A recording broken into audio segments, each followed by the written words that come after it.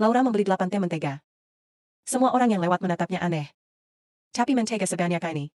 Laura membawanya pulang. Bukan tak demikian. Tapi menumpuknya seperti balok bangunan. Sebenarnya, dia sedang mempersiapkan perlombaan yang aneh. Lomba mengukir mentega. Tapi Laura sama sekali tidak punya pengalaman mengukir. Bob suaminya telah menjadi pemenang lomba ini selama 15 tahun. Karyanya juga dikoleksi oleh museum. Dia bahkan dijuluki sebagai master mentega. Tapi dia lelah dengan kesuksesannya. Tahun ini dia memilih untuk tidak ikut kompetisi. Laura sangat marah mendengar berita itu. Karena dia sangat mementingkan karir suaminya. Terlebih lagi, setengah dari kesuksesan suaminya juga merupakan usahanya juga.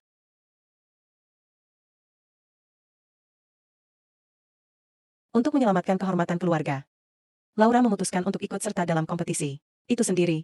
Tapi bukan cuma tidak ada pengalaman mengukir. Dia bahkan tidak suka mentega. Jadi seluruh keluarga meremehkannya. Penghinaan oleh putrinya membuat Laura ingin membuktikan dirinya. Dia sampai ke tempat pendaftaran lebih awal. Keesokan harinya, mengetahui Laura ingin berpartisipasi. Nah, kini lokasi pendaftaran tidak bisa menahan tawa. Laura tidak mengatakan apa-apa dan langsung menandatangani formulir pendaftaran. Setelah tanda tangan, dia berdiri di samping. Dia ingin melihat siapa lawannya tahun ini. Kemudian, penggemar bab adalah yang pertama memasuki lapangan. Terlihat bodoh. Laura lega yang kedua adalah seorang gadis kecil. Laura lebih senang.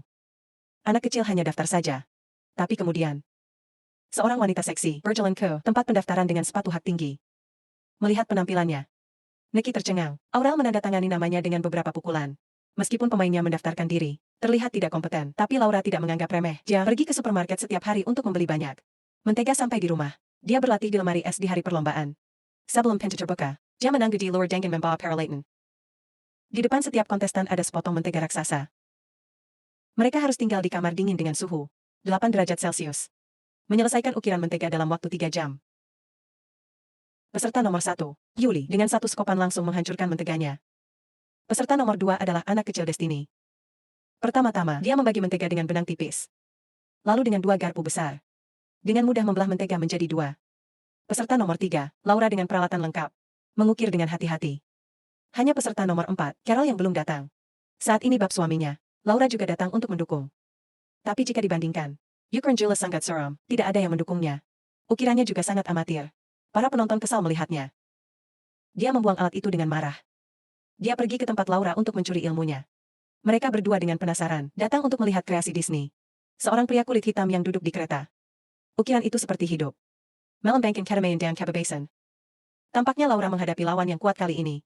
Dia bergegas kembali ke lemari es. Menaruh jam pasir. Mulai mengukir lebih hati-hati.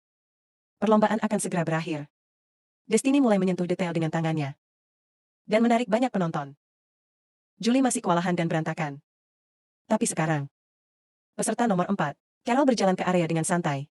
Dia mengeluarkan lipstik dari sakunya. Dia mencoret-coret menteganya 3, 2, 1. Perlombaan berakhir. Para peserta meletakkan alat mereka. Selanjutnya adalah sesi pidato. Julie mengukir 3 anak anjing. Melihat karya seperti ini penonton terdiam. Kemudian pidato Cairo. Meskipun karyanya sangat abstrak, tapi pidatonya sangat istimewa. Tuhan memberkati hidup mentega. Lalu tiba giliran Destiny. Dia perlahan menyesuaikan ketinggian mikrofon. Kemudian, dia mulai berbicara tentang pengalamannya diadopsi. Pertama-tama, dia berterima kasih kepada orang tua angkatnya atas dukungan mereka. Lalu, dia berbagi pada penonton tentang berbagai usahanya. Pidato Destiny diakui oleh orang banyak. Laura juga tahu bahwa dia tidak bisa dibandingkan dengan Destiny. Jadi dia terus menekankan. Kompetisi ini tentang keterampilan pisau. Bukan membandingkan pidato siapa yang lebih beruntung. Terlihat tidak ada respon dari penonton. Dia terlalu gugup untuk berbicara. Bahkan mulai menangis. Hasil akhirnya sudah jelas. Destiny menjadi juara lomba. Perasaan Laura campur pada seorang anak. Membuatnya terhina. Keesokan harinya, Destiny dan orang tua angkatnya diberitahu. Hasil ukirannya dilaporkan karena dugaan penipu. Memenangkan lomba mengukir mentega. Tapi dia dituduh curang oleh lawannya Laura. Tapi orang tua angkat dan Destiny menyangkal. Lomba yang diadakan secara langsung. Bagaimana melakukan kecurangan? Penyelenggaraan juga tidak berdaya. Tapi di sini dengan mudah setuju untuk bersaing lagi. Digital mereka bertanding lagi. Memperebutkan juara 1. Lomba dimulai. Mereka bergegas ke dalam lemari pendingin. Karena mereka hanya punya waktu 8 jam. Hari ini lombanya ramai. Awalnya Laura melakukannya dengan baik. Tapi karena terlalu gugup, dia terus membuat kesalahan. Saat Mentega telah hanker olehnya, dia terpaksa memperbaikinya. Dan perlahan mulai mahir. Tapi di sisi lain, di sini jauh lebih unggul. Dia dengan tenang membuka tas peralatannya. Mengambil pisau mentega. Dengan satu pisau, membelah mentega menjadi dua. Tidak terpengaruh sama sekali oleh para penonton, segera pekerjaan mereka terbentuk. Mulai mengukir secara detail. Saat hitungan mundur berakhir, Carrie Marika juga telah selesai dipahat. Destiny memahat ibu kandung. Dalam ingatannya, anak di pangkuan ibu itu adalah dirinya sendiri. Sebuah karya yang menakjubkan. Mendapat pujian dari penonton. Karya Laura sangatlah biasa. Ukuran gambar pembunuh komedi. Pengerjaan bagus tapi kurang estetika. Meskipun pemenang baru akan diumumkan esok hari. Tapi Laura sudah bisa melihat dari reaksi penonton. Dia putus asa. Segera ruang menjadi kosong. Tapi pada malam ini, si orang berpakaian hitam menyelinap ke dalam ruangan. Dia menyalakan api dan menyemprotkan ke hasil karya Destiny. Saat Destiny dan keluarganya datang keesokan harinya, patung menteganya cair.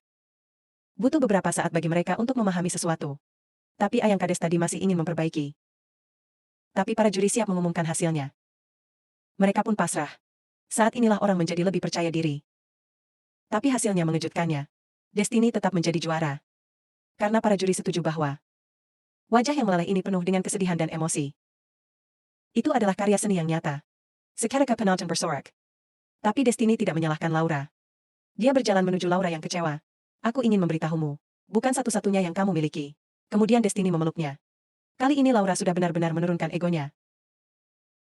Pikiran terbuka Destiny membuat dirinya merasa senang. Meskipun kalah. Mungkin kita semua mengalami situasi yang sama. Meskipun kita tidak tahu bagaimana jalannya. Tapi dengan ketekunan dan usaha. Proses adalah penghormatan terbaik yang kita dapatkan.